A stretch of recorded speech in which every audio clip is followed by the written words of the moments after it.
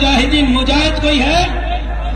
मुजावर हो या मुजाहिद हो, मुजावर हो या मुजाहिद हो, तो फिर आवाज मुजाहिदीन की तरह आनी चाहिए।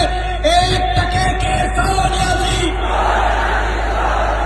रजाकारों के बोलने पर भी पाबंदी नहीं है, अगर आवाज से बोले एक टके के 100 न्याजी, एक टके के 100 न्याजी, एक टके के 100 न्याजी। मैं कहूंगा हम आ रहे हैं ए न्याजी, आप कहेंगे गो न्याजी, गो न्याजी। हम आ रहे हैं ए न्याजी, हम आ रहे हैं ए न्याजी, हम आ रहे हैं ए न्याजी, हम आ रहे हैं ए न्याजी। आईने जमीयत एक ने मेरा नारा समझा है, आईने जमीयत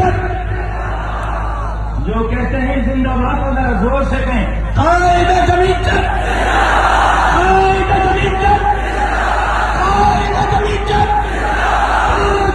हाथ में नबूवत, हाथ में नबूवत। जमीयत उलमा इस्लाम, जमीयत उलमा इस्लाम पाकिस्तान।